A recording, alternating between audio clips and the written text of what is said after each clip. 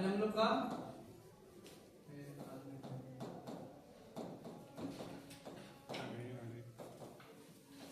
आंगनबाड़ी के बारे में और उनकी स्थापना के बारे में पूरी अच्छी तरीके से बात करेंगे। ठीक है, अध्ययन करेंगे। हाँ जी, ठीक है, बहुत बढ़िया। ठीक है, यह थियरी 4 का सवाल है कि आंगनबाड़ी की स्थापना भारत में कब की गई थी। ये सवाल का जवाब भी दिया जाए आप ही लोगों से। अब प्राइमरी स्कूल के लिए तैयार हो रहे हैं। प्राइमरी स्कूल से पहले आंगनबाड़ी में बालक होगा। आंगनबाड़ी के बालक को नए ज्ञान से जोड़ने के लिए आप सब तैयार किए जा रहे हैं। बताओ सुमित कुमार, आप शुरू किया गया था। यस सर, ठीक है।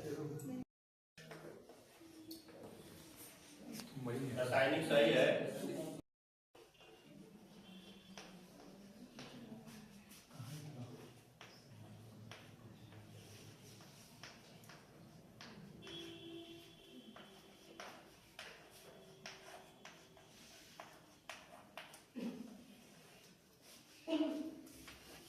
ये जो ब्लैक बोर्ड होता है इसे बाली कहते हैं और बाली आधा बल ले लेता है, इसलिए सावधान रहें।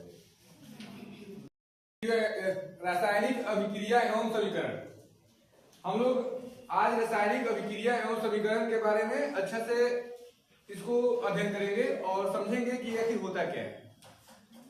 जब हम दो या दो से अधिक पदार्थ को आपस में अभिक्रिया कराते हैं तो एक या एक से अधिक नए पदार्थ का निर्माण होता है। जैसे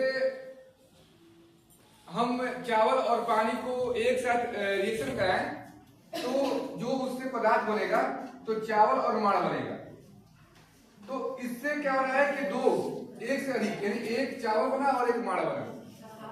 इसको हम चावल नहीं कहेंगे, भात कहेंगे। और जब हम चावल खीर बनाना होगा तो चावल, दूध, चीनी, विभिन्न प्रकार के पदार्थ उसमें जब डालेंगे तो जो उससे पदार्थ बनेगा वो बनेगा खीर। आग लग गया आग ही, ठीक है। तो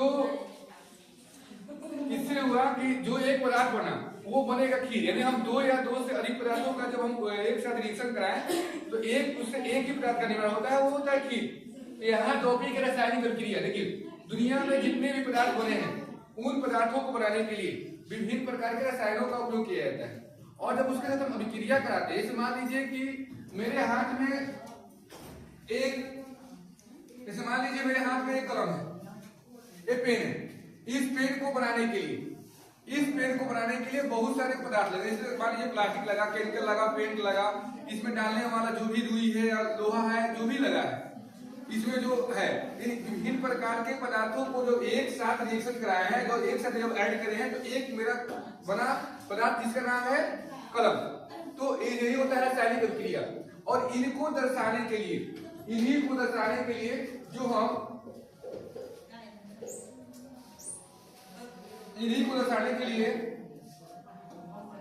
हम समीकरण का उपयोग करते हैं,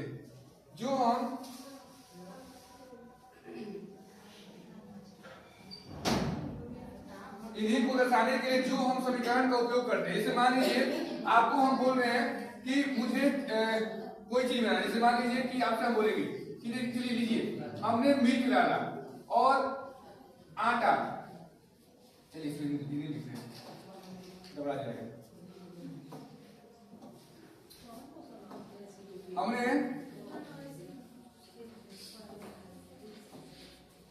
दूध लिया, आटा लिया, रिफाइन लाया और उसी में डाल दिया जो भी पदार्थ है, अन्य पदार्थ।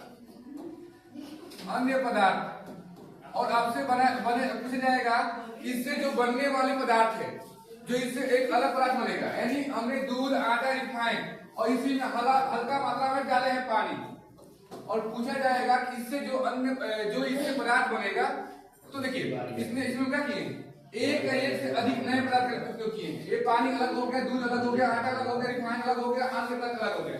इन सबको एक साथ जब हम रिएक्शन कराएंगे तो क्या बनेगा, पुआ बनेगा, जो हम लोग होली में क्या बोलते हैं, होली में खाएंगे। तो ये होता है पुआ बना। इसमें क्या हुआ, एक पदार्थ का निर्माण हुआ। इसी चीज को दर्शाने के लिए हम क्या करेंगे कि हम इसका पहला अक्षर जो भी वर्ड होगा, इसका पहला अक्षर को क्या करेंगे, लिखकर इसको हम समीकरण के रूप में दर्शाएंगे। यही हुआ रासायनिक अभिक्रिया एवं समीकरण। यानी जब किसी भी रिएक्शन को दर्शाने के लिए हम जिस संकेत और सूत्रों का उपयोग करते हैं वही हमारा समीकरण होता है। जो इसमें पदार्थ भाग लेते हैं उसे बोलते हैं हम लोग अभिकारक।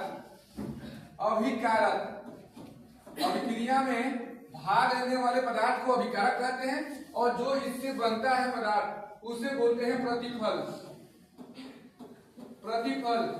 प्रतिफल का अन्य नाम उत्पाद भी होता है। याद रखिएगा, प्रतिफल का अन्य नाम है उत्पाद, इसे ध्यान रखिएगा। जैसे हम एक लिख रहे हैं रिएक्शन, मैग्नीशियम का संकेत होता है। देखिए संकेत हुआ, हमने मैग्नीशियम ना लिखकर लिख दिया Mg, ये हुआ हमारा संकेत। यहाँ पर है ऑक्सीजन हुआ O। यह जब भी आएगा दो अणु लेकर आएगा। एक के लिए आया तो ये होता है मोनोऑक्साइड। एक के लिए हम लोग याद करें हैं कि एक के लिए मोनो होता है, एक का मोनो होता है, दो का डाई होता है, तीन का ट्राई होता है, चार का चरेता होता है, पांच का पेंटा होता है, 6 का हेक्सा होता है, 7 का हेप्टा होता है, 8 का होता है ओक्टा,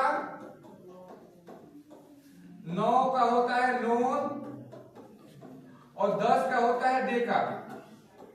अब देखिए यहां पर 2 आया, ये आपका ऑक्साइड है, ये ऑक्सीजन नहीं है, ये आपका ऑक्साइड है। जब भी अकेले आएगा वो तो होता है आपका मोनोऑक्साइड। जब भी अकेले वो कहीं अकेले आपको वो दिख गया तो आपका होता है मोनोऑक्साइड।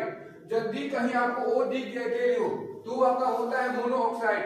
और जब भी O2 आया ये होगा मोनोऑक्साइड।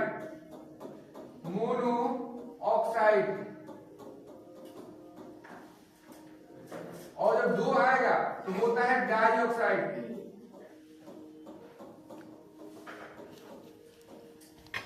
और जब O3 आता है तो ये होता है आपका ओजोन। ओजोन का क्या कार्य है, ओजोन क्या करता है कि सूर्य से आने वाली, ये क्या करता है, सूर्य से आने वाली पराबैंगनी किरणों को एक छानकर हमारे स्किन हमारी जो त्वचा है उसको जलने से बचाने का काम करता है। ये हमारे वायुमंडल का परत होता है, क्या होता है, मिक्स होता है। ये हमारा क्या है, सुरक्षा कवच है, और ये हमारे प्राणदाता है। यह क्या करता है, हमारे प्राण को बचाने में सहायक होता है।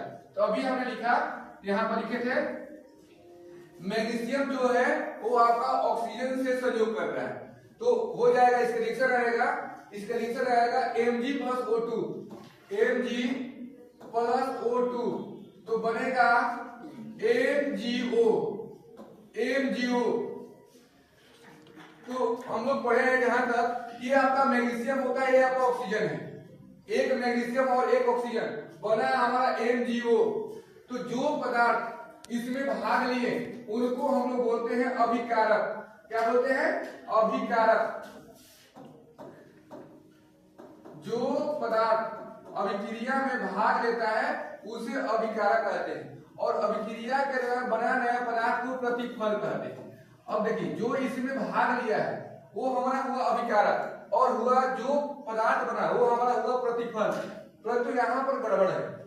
गड़बड़ क्या है कि यहाँ पर जो मैग्नीशियम है अकेले, यहाँ भी मैग्नीशियम जो है अकेले है, परंतु हम लोग देख रहे हैं कि यहाँ पर ऑक्सीजन 2 अणु लेकर है और यहाँ पर 1 अणु लेकर है। एक आर्हेनियस नाम का वैज्ञानिक हुए, उन्होंने बोले कि जो पदार्थ होता है, जब वह पदार्थ किसी भी पदार्थ के साथ, जैसे बता रहे हैं कि आपको हम आटा चावल दिए 1 kg,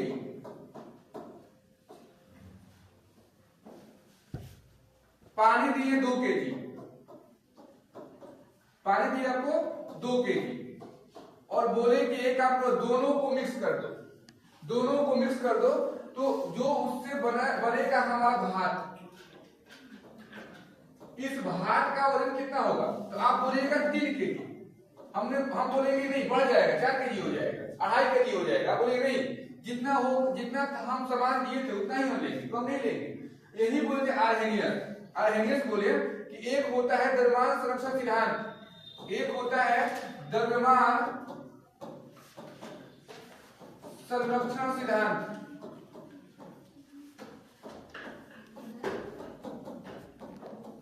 द्रव्यमान संरक्षण सिद्धांत, इसी सिद्धांत को यानी द्रव्यमान संरक्षण सिद्धांत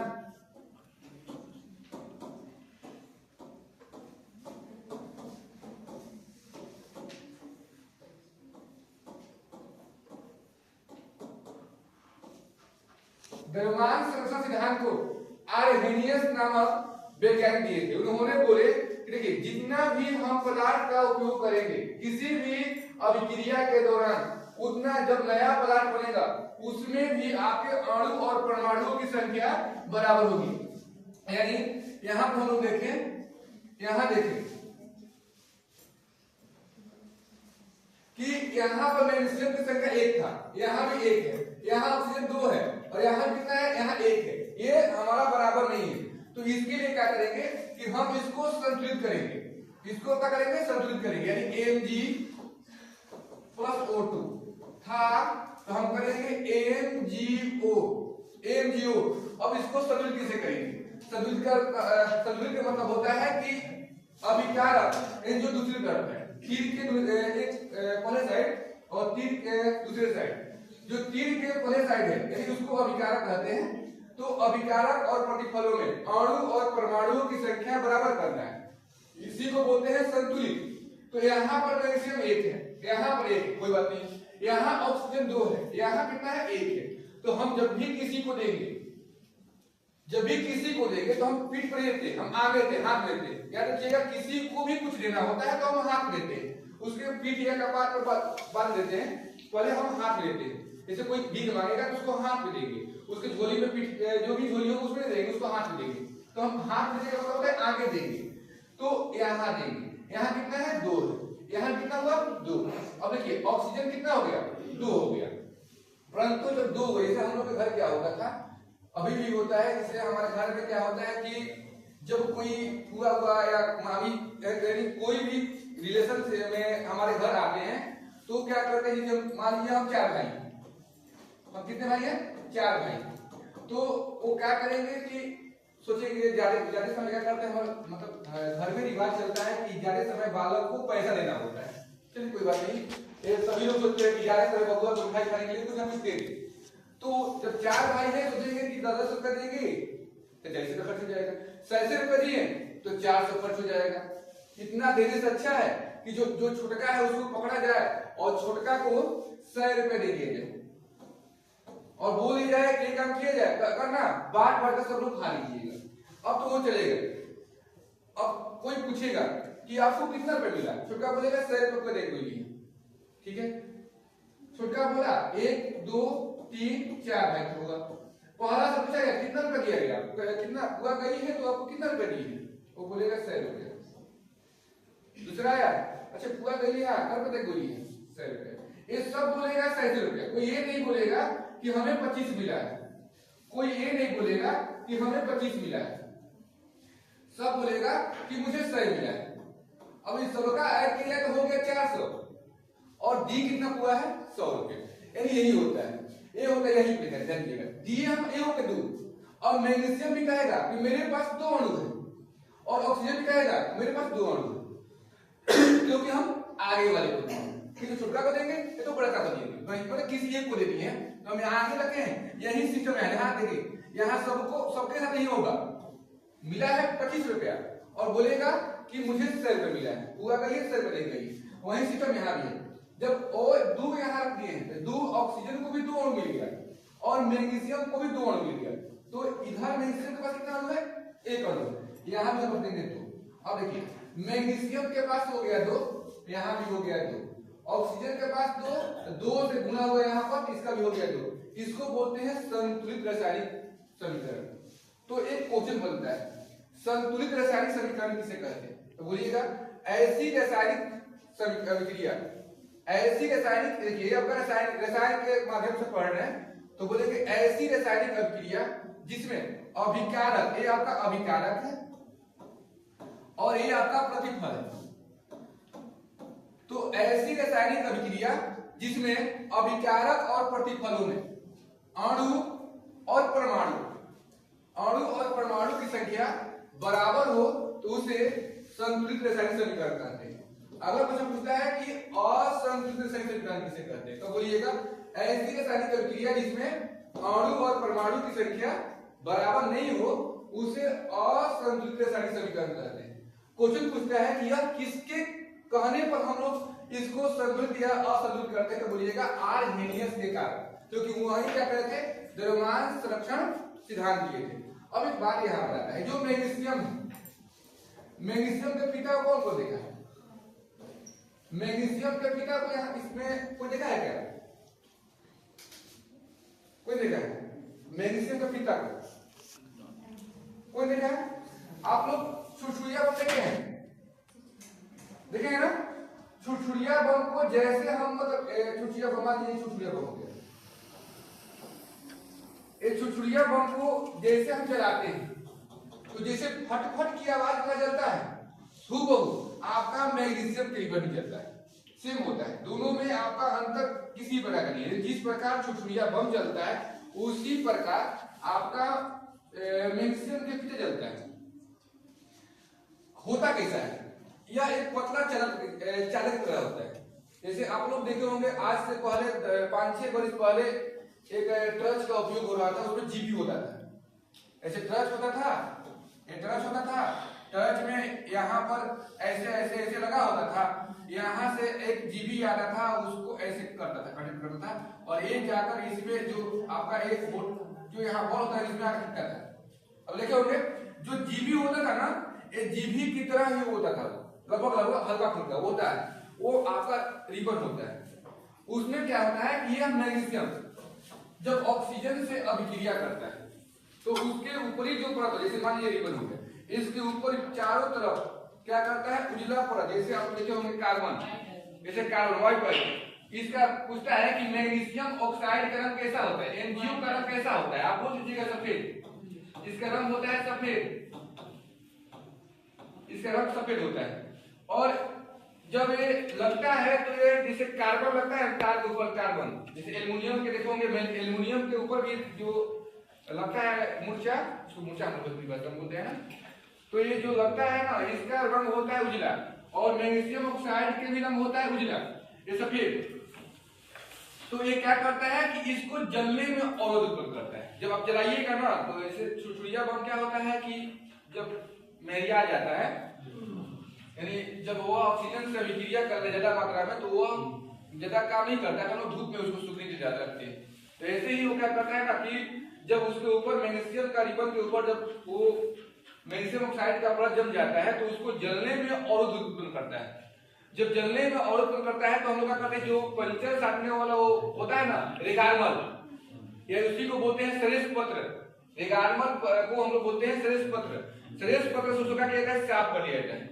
जब साफ कीजिएगा यह जल जाता है। कौन सा रिबन? मैग्नीशियम के रिबन। एक क्वेश्चन पूछता है 10th क्लास में कि मैग्नीशियम के रिबन को जलाने से पहले साफ क्यों किया जाता है?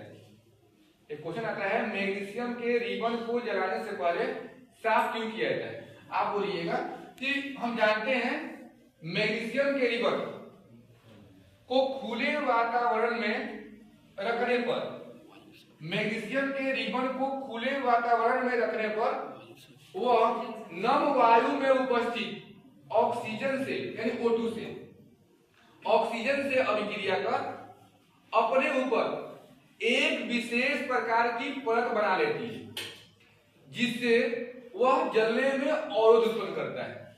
उसे आसानी से जलने के लिए हम पहले उसे रेगार्मल या श्रेष्ठ पत्र से साफ करते हैं, इसीलिए ताकि वो क्या हो जाए, आसानी से जल जाए। अब बात आता है, एक होता है आपका, इसमें क्या होता है, एक होता है प्रकाश रासायनिक अभिक्रिया, प्रकाश रासायनिक अभिक्रिया, रासायनिक अभिक्रिया जो प्रकाश की उपस्थिति में होता है, जो वैसी रासायनिक अभिक्रिया जो प्रकाश की उपस्थिति में होती है, उस अभिक्रिया को प्रकाश रासायनिक अभिक्रिया कहते हैं। क्या कहते हैं? प्रकाश रासायनिक अभिक्रिया कहते हैं। आप लोग बता सकते हैं क्या प्रकाश रासायनिक अभिक्रिया के अंतर्गत कौन सा अभिक्रिया आ जाएगा? हाँ, क्या आ जाएगा? प्रकाश संश्लेषण।